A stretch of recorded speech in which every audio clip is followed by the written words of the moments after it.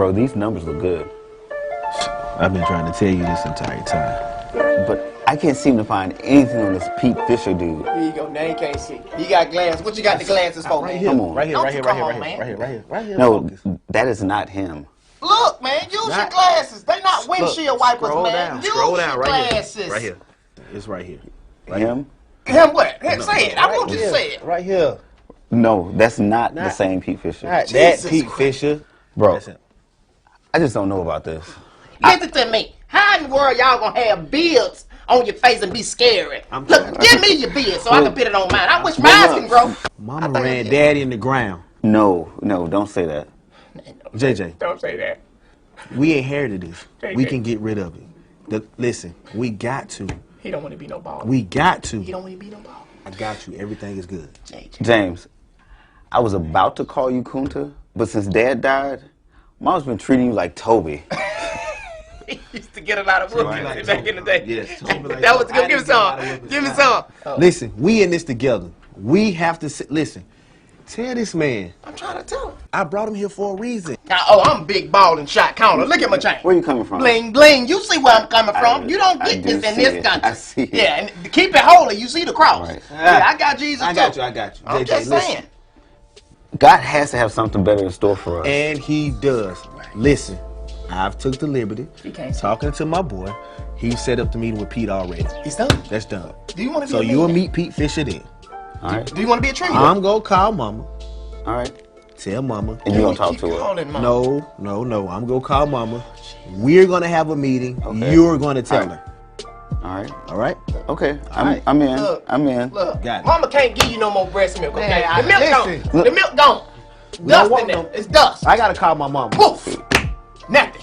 Gone. I'm checking these numbers. You ain't checking nothing. You need to check your booty cheeks out of here. That's what you need to do.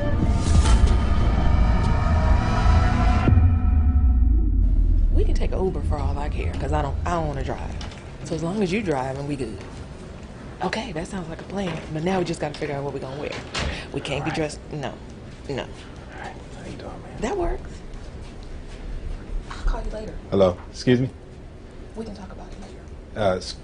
Excuse me, ma'am. Excuse me? Excuse me, ma'am. Okay. Ma'am, excuse me. I'm here for an interview. Have a seat. No, ma'am, I want to... Take the magazine. Have a seat. No, ma'am, I'm here for an interview, if you don't mind. Thank Did you need another one? Wow. Unbelievable.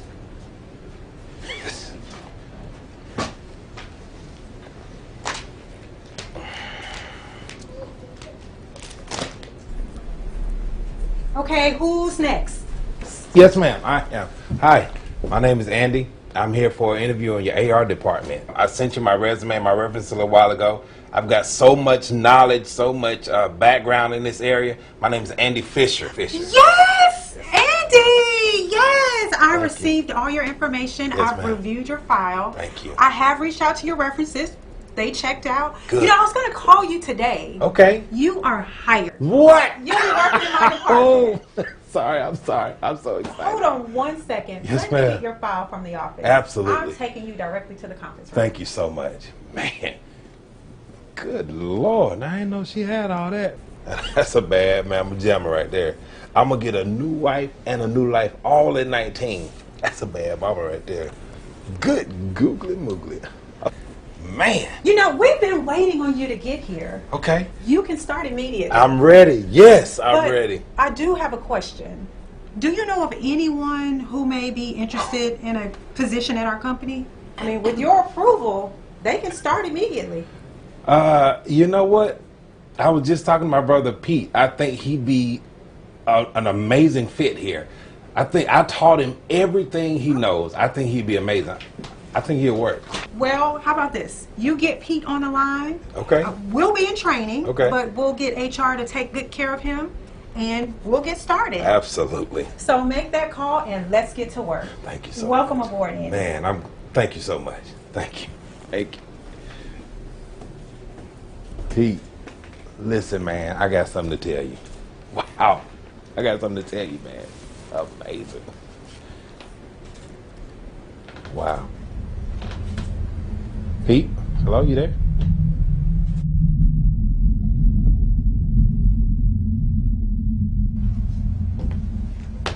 Why are you two fools pulling me away from my spa day?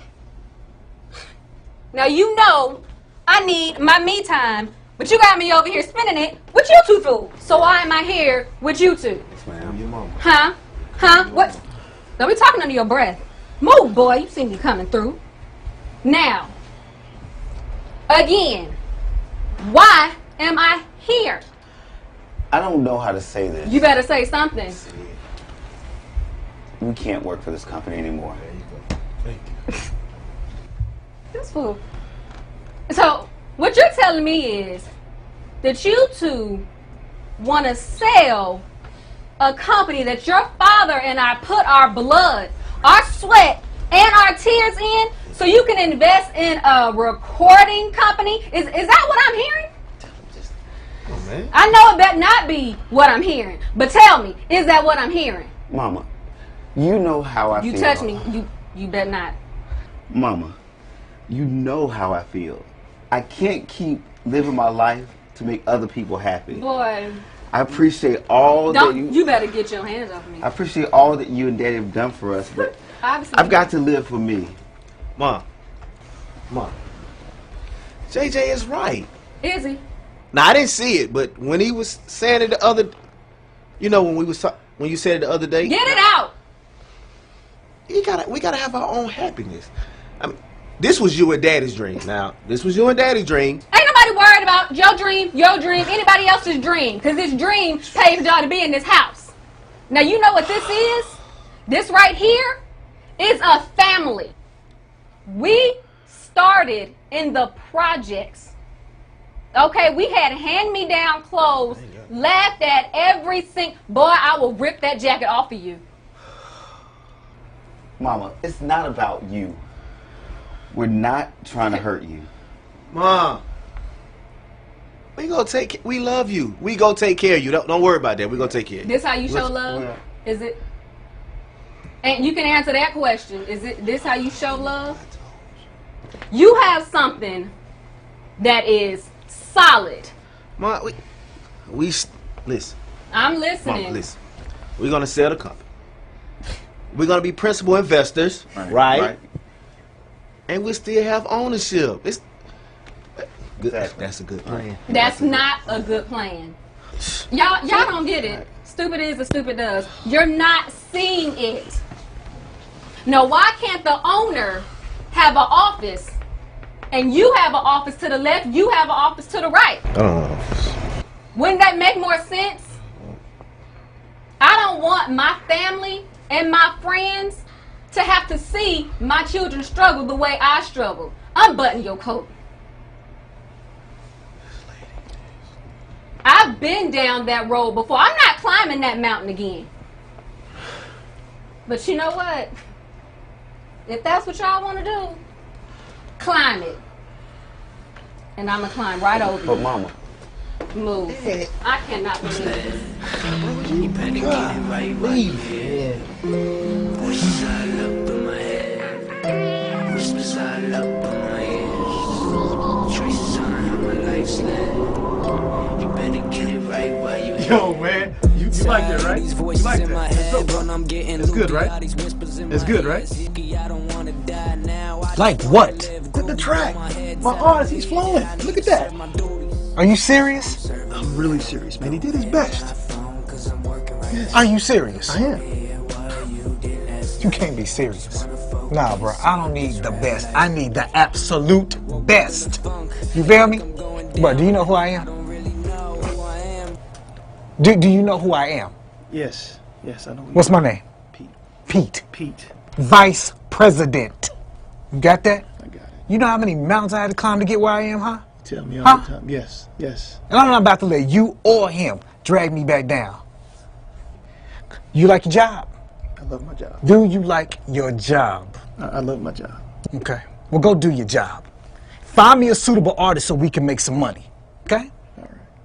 Why are you still standing there? Get the letter out, partner. I these clowns coming in here with this man. Hey, bro. What's up, bro? What's going on? What's going on? All right, have a seat. We need to talk. Okay. For the life of me, I cannot understand. I brought you into this company. I brought you here, and now you're VP and everything. You're talking about mountains and stuff you got to climb. I brought you here. And worse than that, you talking to people like mama ain't never taught you nothing. You need to get yourself together. You are not gonna mess this up for me. Chill out, okay? Bruh. No offense, but you just work in AR. Wow. I work for the main man.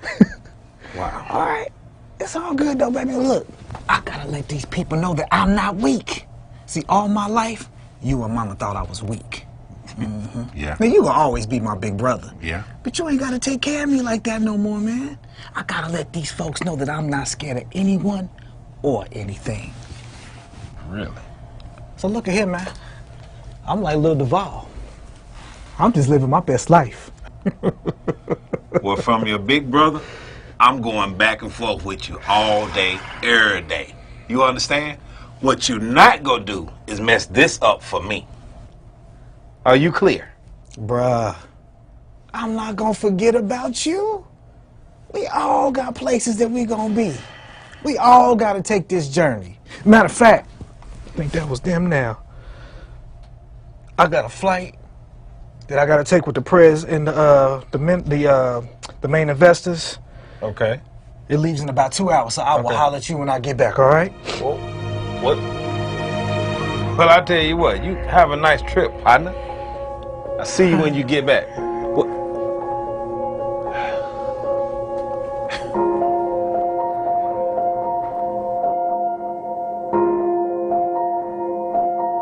I don't know why this always happens to me.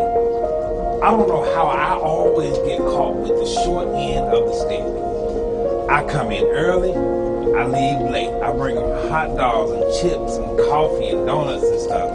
And my brother Pete gets put in the front of the line. He gets promoted before me.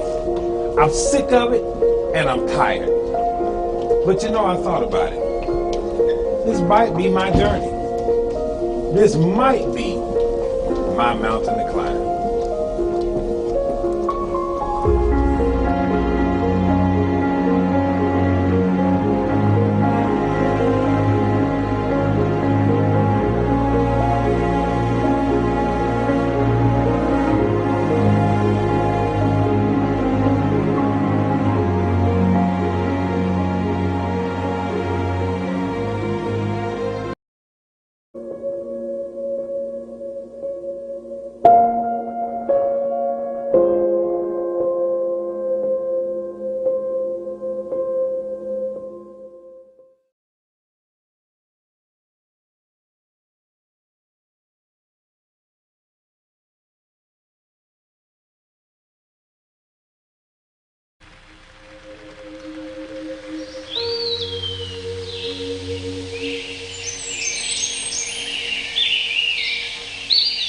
All that action about who are those people? What's all the commotion? I'm going to narrate what you just saw. The theme here is having a mountain to climb. You saw several characters on the movie, and I want to talk about them because whether you know it or not, most of us can identify with these characters that we just saw. The first one I want to talk about, his name is Andrew. It is amazing that Andrew is believed to be the firstborn of his father and his mother. He came out of the womb, he was so strong, so alert, so vibrant. They gave him the name Andrew because Andrew meant brave, manly, strong. As soon as his mother saw him and saw his grip, saw his eyes, she said, this is going to be a strong, brave, manly baby. Because they wanted to speak destiny to his life, so they named him Andrew. because Andrew meant strong, manly, and brave. Well, a little later, those parents have another child, and evidently this child was sickly. Maybe this child gave the mother difficulty all prenatally. Maybe this child had some type of abnormality, some type of deficiency. So when this child came out, they named him Simon. And it's amazing. They named him Simon because Simon meant pebble. It meant weak. It meant flaky. It meant unstable. So you have two boys, two brothers. One, Andy, strong, manly, brave. Simon, who they later named Pete, they named him Pete, meaning rock, because they wanted to give him a new name because his entire life has been lived very weak, very flaky. As a matter of fact, as boys growing up, Andrew always had to look out for Simon. When they played ball, Andrew had to fight for Simon. When they went to Boy Scouts, Andrew had to fight for Simon. Simon, who becomes Pete later on, even though he's named Pete, nicknamed Pete, renamed Pete, in actuality, his name changed, but his character didn't. He was always still Simon. And the challenge here is that although he is Simon, who's nicknamed Pete, the trouble is he wants to show people that he's not Simon. And so he overcompensates because he does not want them to think he is as weak as he's appeared his entire life. So what does he do? He's flippant with his mouth. What does he do? He's real quick to cuss people out. He's real quick to talk junk, to pull a knife or a switchblade. Why? Because inside of him was weakness. But he wants to cover up that weakness with these facades to show that he's strong and mighty. But in actuality, underneath the surface, he's just weak, flaky, and pebble. You know, the truth is, if you're not careful, it's possible for all of us to have that same Simon Peter spirit. But in actuality, because you don't like yourself internally, that it's possible to cover up on the external. Because you really want people to see the weakness and the emotional instability that's on the inside. Because you want people to like you. If you're not careful, sometimes you'll spend money that you don't have to impress people who don't even like you and who are going to talk about you regardless. Some of you can identify with Pete tonight. Perhaps there's a young lady in this house tonight. You can identify with Pete. She's in here. You know who she is? She is that young lady with the $1,500 Louis Vuitton purse, but nothing in it but old peppermint and lint. Because she's the one who wants to show externally strength, but on the inside, there's nothing but weakness and dislike and insecurity. And sometimes pride and arrogance, sometimes conceit really is nothing but mask insecurities. Because if you're not careful, if we're not careful in life, sometimes that Peter syndrome can follow you your entire life. And as a result, what we end up doing is trying to show our entire lives to people that we are not what they say we were. Some of you have been to your 10 and 20-year class reunion, and you knew Pete when he showed up. You knew Simon when he showed up. He was the one that rented the Maserati just to show up to impress you at the class reunion. You know Simon, you know Pete. He is the 50-year-old guy that's still going to see the shoe models. You know the shoe models, those young ladies who are only modeling the shoes. He's a 50-year-old guy who has a wad of $20 bills, but nothing but $1 bills on the inside. Wants to appear bigger than what he really is. Because he's never asked God to come in and to make him like himself. And so it's a problem because Andy has always looked out for his brother Simon, Pete. He's always been the strong one, always been the one to recommend Simon Pete. You saw the movie. It was Andy who got the job first as the AR department. It was Andy who went for the interview at first. But then when the question was asked to Andy, do you know of anybody else? It was Andy who said immediately, yeah, I got somebody I can recommend. I taught him everything he knows. Let me call my brother Pete. You didn't recognize at the time, but that's really a contemporary way of a biblical story. We saw it the first time in the book of John, John chapter 1, verse 41. Because one day, if you will, that guy Andrew, that guy Andy, was going on an interview, and the Bible says that he ran into a fella by the name of Jesus Christ. And when Andrew met Jesus Christ, when that manly, brave Andrew met Jesus for the first time, do you know what Andy did? As soon as he finished talking to Jesus, he went and got that little brother Simon, that little brother Peter. And then he brought Simon and brought Peter to Jesus. And now Peter and Jesus have a relationship that's closer than the relationship that Andrew had with Simon. In Christianity, you hear a whole lot about Peter that preaches on Pentecost, about Peter who wrote 2 of the epistles in the New Testament. But the problem is, what happens when you have been flaky and weak your whole life? And your brother who is manly and brave, who's made the right decisions, who has looked out for you. And what happens when you've looked out for somebody and the one that you looked out for ends up getting a better position than you, and you are the one who recommended them?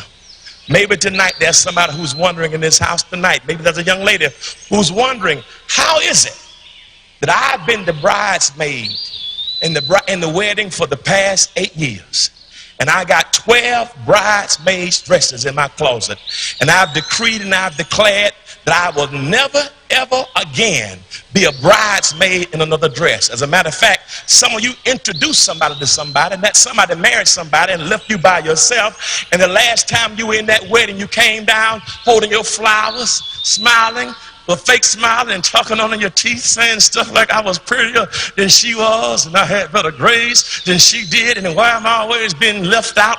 Because it's possible to make all the right decisions and make the right choices and try to do the right thing, but it seems that sometimes in life, the people that try to do right by other people, the people that try to make the right decision, the people that try to be a good catch, it seems like everybody else climbs the ladder faster and higher than them. The people who've been giving their tithes and coming to church and trying to be a quality human being, why does it seem that sometimes the more quality you try to give, the more trash you get back in return? And if you're not careful, it can make you ask the question, does it really make sense to try to do good by people? Because I've tried to do good by people, but the people I've done good by don't do good back by me. Why is it, Jesus, that Andrew meets you first and goes and gets Peter and brings his brother Simon to you, and yet you end up getting closer to Peter than the one who brought Peter to you? Sometimes life doesn't make sense. What happens when you show up early and leave late? Come to work before Mondays and Fridays, before and after holidays. Always do a decent day's work for a decent day's wage, but somehow you get passed over for the promotion. It'll make you wonder sometimes, why does it seem that good folk struggle and wicked folk prosper? You know, there was a time when you weren't in the club, when you were in the clubs and weren't in the church, when you were smoking weed and balling till you fell. It seemed like you didn't have any issues, any problems. But as soon as you came on God's side to connect with Jesus Christ, it seemed like all hell broke loose. And here it is, you love seeing other people get blessed. When you're like Andy, you don't mind seeing your brother blessed. You don't mind, you're not a hater, you're not jealous. You want to see people get closer to Jesus. But why is it that Pete gets invited to go on the trip? Why is it that Pete rides the corporate jet? Why is it that Pete gets the increase, gets the bonus, gets the promotion? And here you are still seemingly stuck at the bottom. Sometimes in life, brothers and sisters, that emotion is real. And maybe even tonight, some of you are wondering, does it make sense to even keep doing good? Because if I keep doing good, is this how God responds to me? If I keep doing good? And then you run into the other mother. You saw her with the shades. You saw her leaving her spa day. That's the mother, that's the wife of Zebedee. Her husband is now dead. She has two sons, JJ and James. We call them James and John. You see their story in Matthew chapter 20. We see her come on the scene. She's really unnamed. But in the movie, in the clip, you saw her talk about wanting one son to sit on the right hand, to have an office on the right hand of the CEO. And wanted her other son to have a seat on the left hand of the CEO. And you would think, brothers and sisters, that she really was concerned about her sons. But can I tell you something about that woman? Her activity had nothing to do with her sons. You got to look deep into the emotionalism of that woman, because she is emotionally unhealthy. Because she came from nothing. Because she was always mistreated coming up the rough side of the mountain. Because she had to eat beanie weenies and pork and beans and Vienna sausages. Somebody talk to me here. Because she had to eat fried bologna sandwiches with mustard and take the meat. Because she didn't have money, her family, to go to Kroger and Publix to buy a new bottle of ketchup. And so she put the ketchup bottle underneath the sink and put some water in it and close it and shake it up to get some remnants to put. I wish somebody talked to me. She didn't have a 70-inch TV with 400 channels. She had a 13-inch black and white with rabbit ears, and when it was raining outside, she gets some aluminum foil to put on the rabbit ears so she can get CBS, ABC, and NBC. I wish I had somebody who understood exactly what I was talking about. And so as a young lad growing up in the project, she made her mind up. It's not going to always be this way.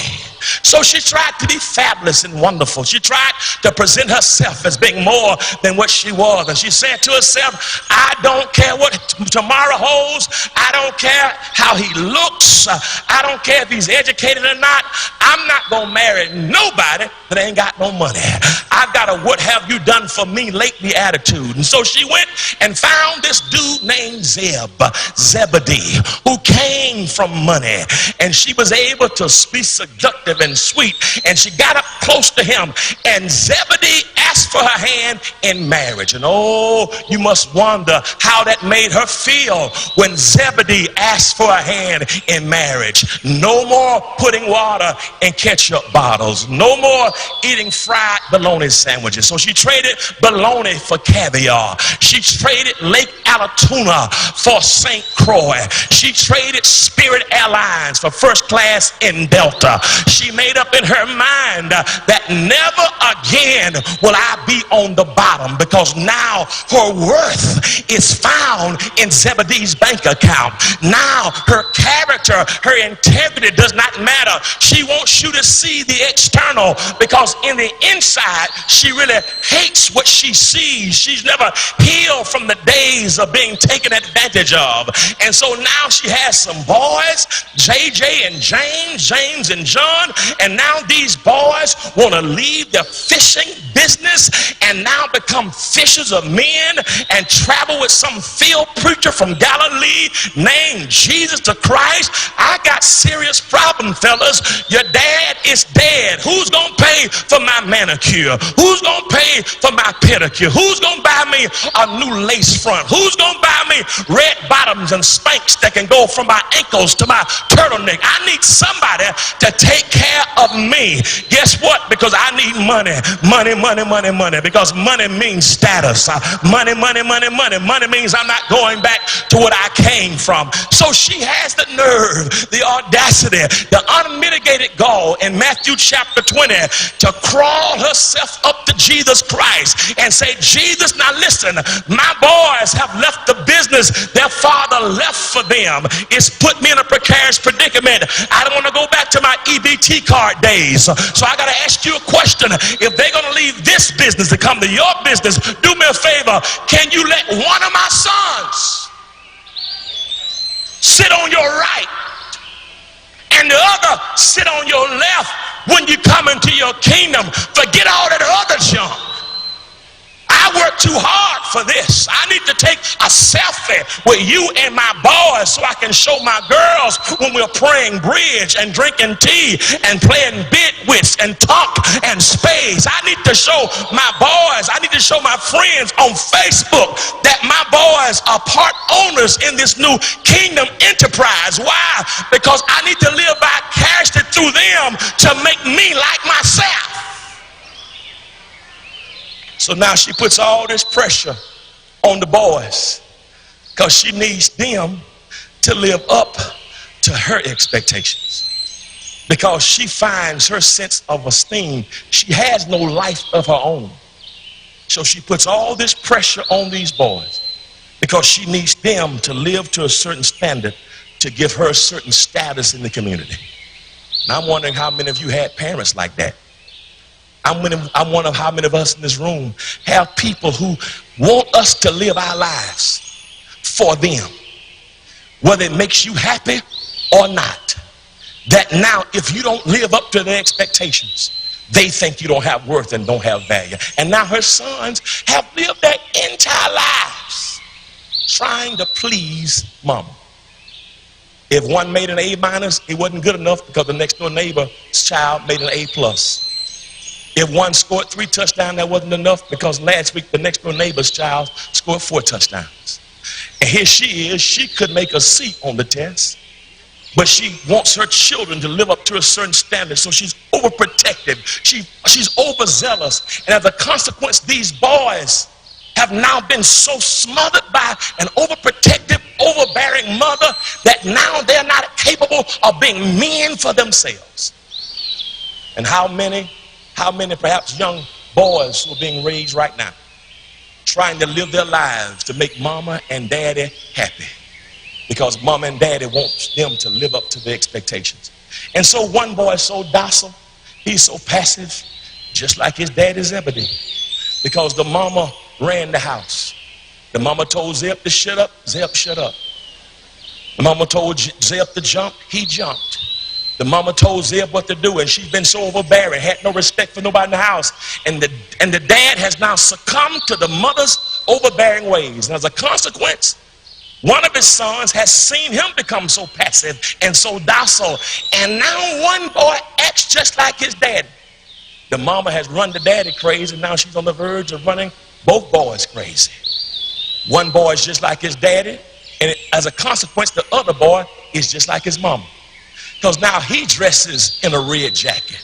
Now he has his beard and he has himself shaven. He talks a good game when mama ain't around. But as soon as mama comes in the room, he cowers and he defers to the weaker brother. Some of you looked at all this emotionalism tonight and you're wondering, what was all that about? Here's the hopeful things, that Jesus looks beyond Pete's ability to be unstable. That Jesus says, Andrew, I don't need you right now. Pete, come here. James, John, father's dead, mother's overbearing. I need y'all to come here because I need you to come with me in Mark chapter 9. And we're going to climb up a mount called Mount Hebron. And we climb up this mountain, fellas, I'm going to be transfigured. I'm going to be changed because I want you to get a revelation of who I am. Moses is going to show up, the lawgiver. Elijah is going to show up, the most eloquent of the Hebrew prophets. And I'm going to let you climb this mountain, not just to show you who I am, but in a real sense to let you see who you are. Here's why. Because Pete, James, John, guys, you have a mountain to climb. And it's necessary for you to climb this mountain, because if you don't climb this mountain, you'll never become what I need you to become. Well, wait a minute, Jesus, why do you invite Peter and not invite Andrew? Andrew is the one who brought Simon Peter to you. Why isn't he invited to climb the mountain? You saw his hurt. You saw his rejection. Jesus, do you leave Andrew out? Andrew never gets a book. Andrew never preaches on Pentecost. Andrew never goes in the Garden of Gethsemane. And without Andrew, we wouldn't know Peter. What about his mountain to climb? And Jesus told me to tell you, you missed it. Because just because you don't see Andrew being invited to climb this mountain, it does not mean that Andrew doesn't have to climb his own mountain. His mountain is to deal with the fact and to teach all of you a principle in 2019 that everybody won't be on the front pages, that everybody won't be the CEO, that everybody won't reach the headlines, that everybody won't be seen up front, that everybody won't get the microphone, that everybody won't be the lead in the play, everybody won't be the leading character. But just because you are not the leading character does not mean that your role or your mountain is any less significant than anybody else. See, here's the problem. We have now reduced significance to visibility. And if somebody is visible, that makes them special. But here's what you don't understand. Just because they're visible and have the front seat, you don't know what the cost is to sit in that front seat. And here's the other principle. Just because you're not visible does not mean you're not valuable. Just because your name is not called does not mean that God does not have a great plan and purpose for your life. So if your name is not called, if nobody invites you to be the CEO or the CFO or the COO or the CAO, if you're never in charge, the fact that God loved you enough to look beyond your faults and see your needs and give you somewhere to live and help you pay your bills is reason enough to give God praise. I may not have what everybody else has, but I'm thankful for the liberty I do have.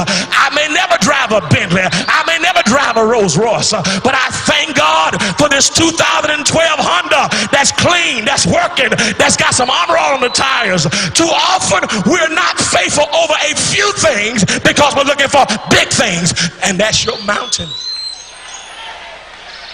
Can you be satisfied? Like Paul says, having food and raiment. I've learned how to be content. I don't have to be the best. I don't have to be wonderful. Don't invite me to the party. As long as God knows my name, as long as God sees my heart, as long as God sees my purpose, as long as God sees my efforts, if I'm faithful over a few things, here you are trying to emulate, and here you are trying to covet somebody who has a house on West Pacers Ferry, but you got an apartment with dishes in it from last 4th of July. Don't expect God to give you more if you're not faithful and appreciative over the little bit that you do have. Andrew, that's your mountain. Here's my point. Guess what? And the mama had a mountain to climb. As a matter of fact, the business was sold now because for the first time, it seems God is putting a mirror up in her face and say, I want you to look at you until you like you. I want you to look at you until you realize that you are enough. I don't care if people said you were the black sheep. I don't care what side of the track you grew up on. I don't care if your teacher said you weren't gonna make it. I don't care if they body shamed you. I don't care if you're the darkest one in your family. It does not matter if your hair is long, short. It does not matter if you're thin, slim, or big bone, or thick bone, or red bone, or midnight black, or pecan tan, or mellow yellow. God fearfully and wonderfully made you in his image, and when you understand that you and God are always more than the majority, you all give God praise that you're fearfully and wonderfully made, that God loved me enough. That's my mountain is to accept me.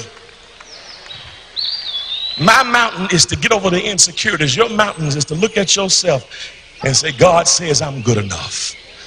Pete, James, John, come on, let's climb the mountain. Andrew, you got your own mountain. Mama, you got your own mountain. Pete's mama, you got your own mountain.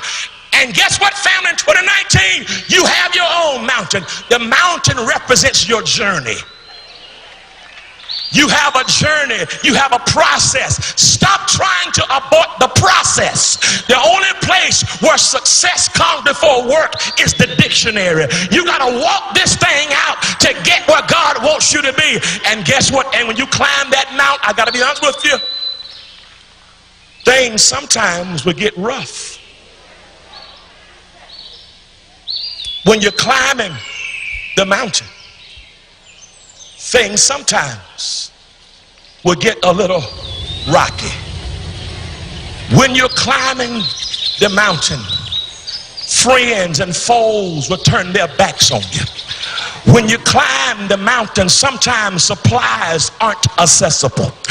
When you climb the mountain, sometimes people that you thought would be there for you will be the same ones that turn their backs on you. When you climb the mountain, sometimes it'll make you wonder, has God abandoned me as I was climbing the mountain? As you climb the mountain, sometimes it will make you wonder and make it feel like that God has left you there by yourself. And guess what? When you're climbing the mountain and things get rocky, that's not an indication that God has abandoned you. Sometimes the rocky places of the mountain are proof that you're on your way somewhere. Here's why: because the devil never attacks anybody who's not moving anywhere, who's not going anywhere. You got to understand this.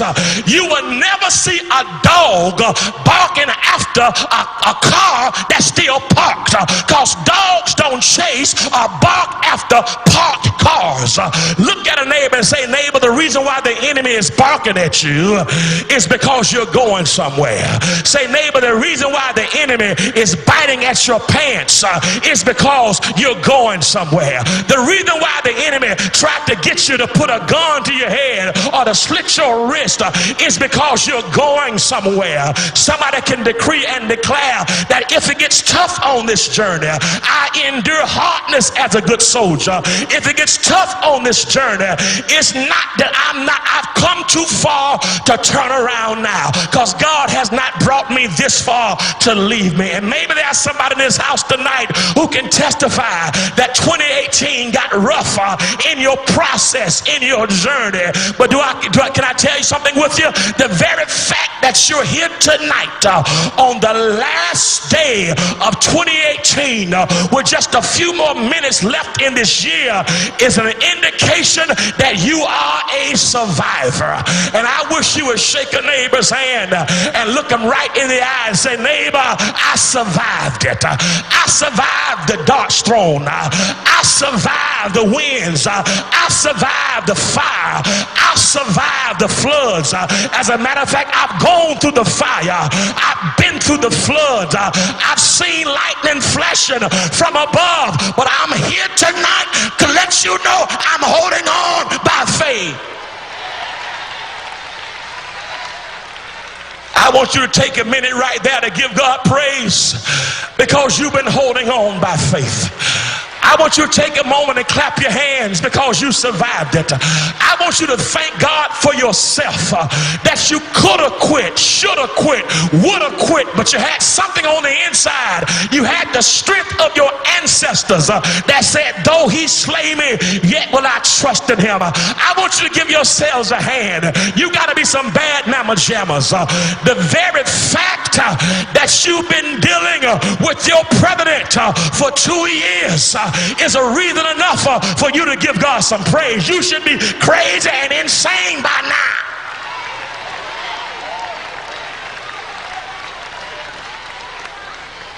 And so,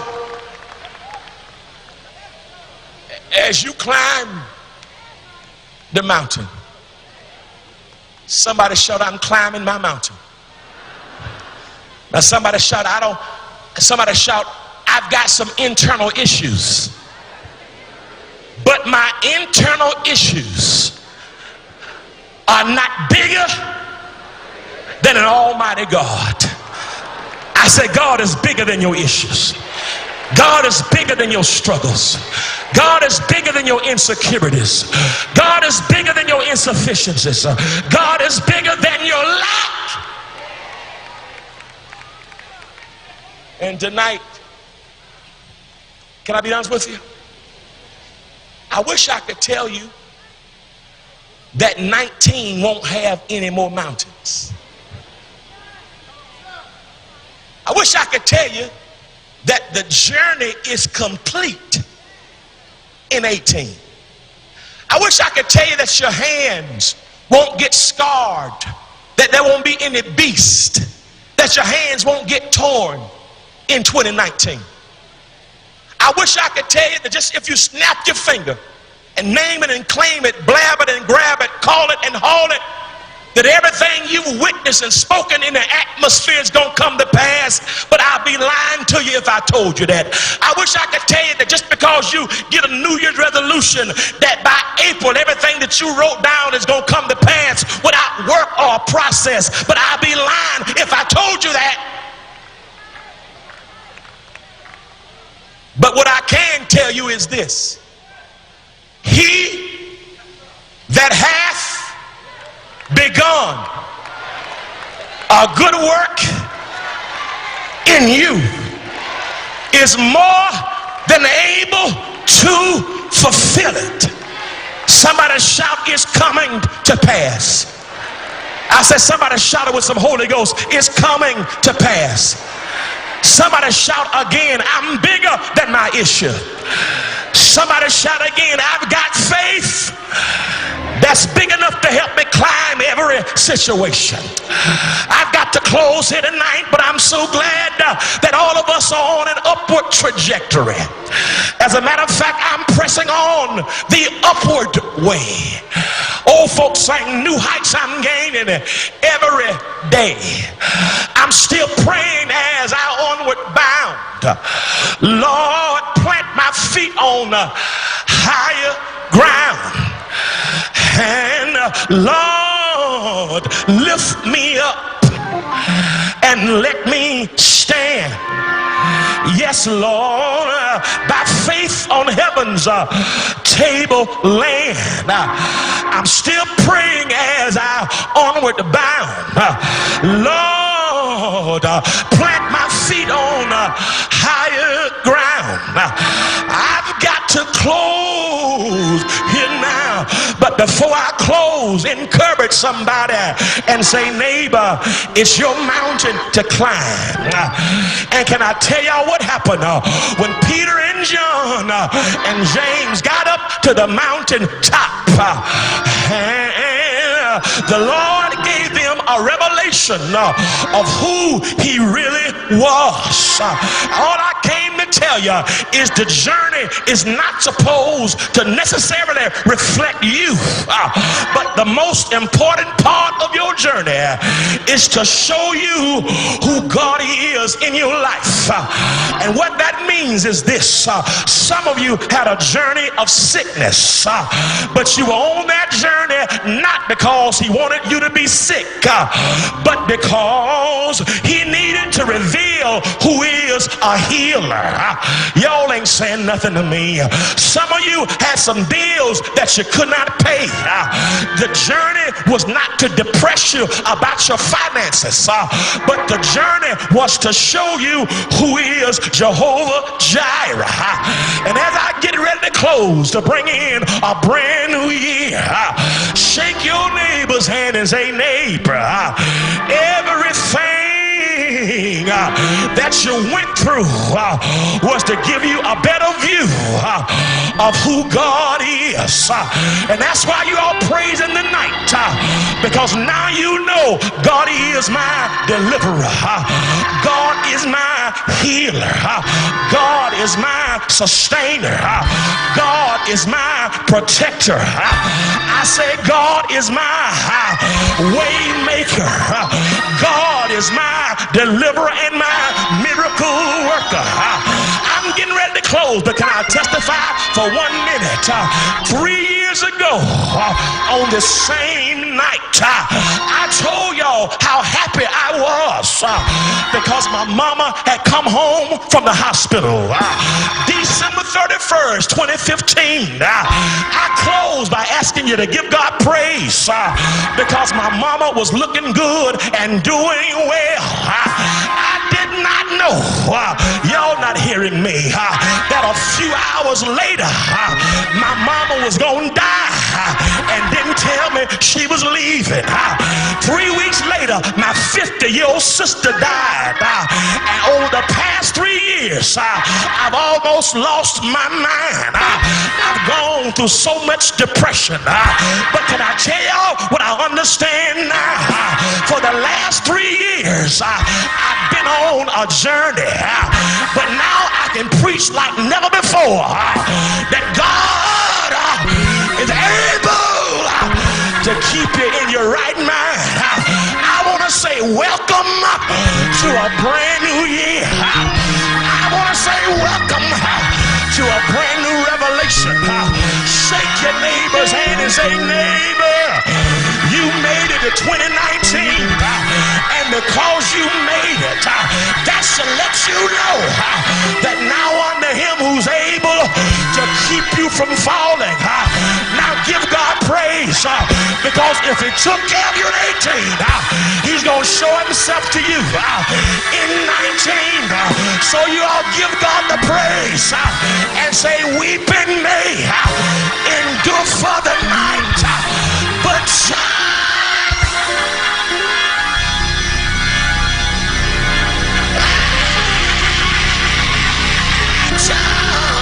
it's coming in the morning. Somebody say, I made it. Every head bow. Everybody on your knees. Lights out. Everybody on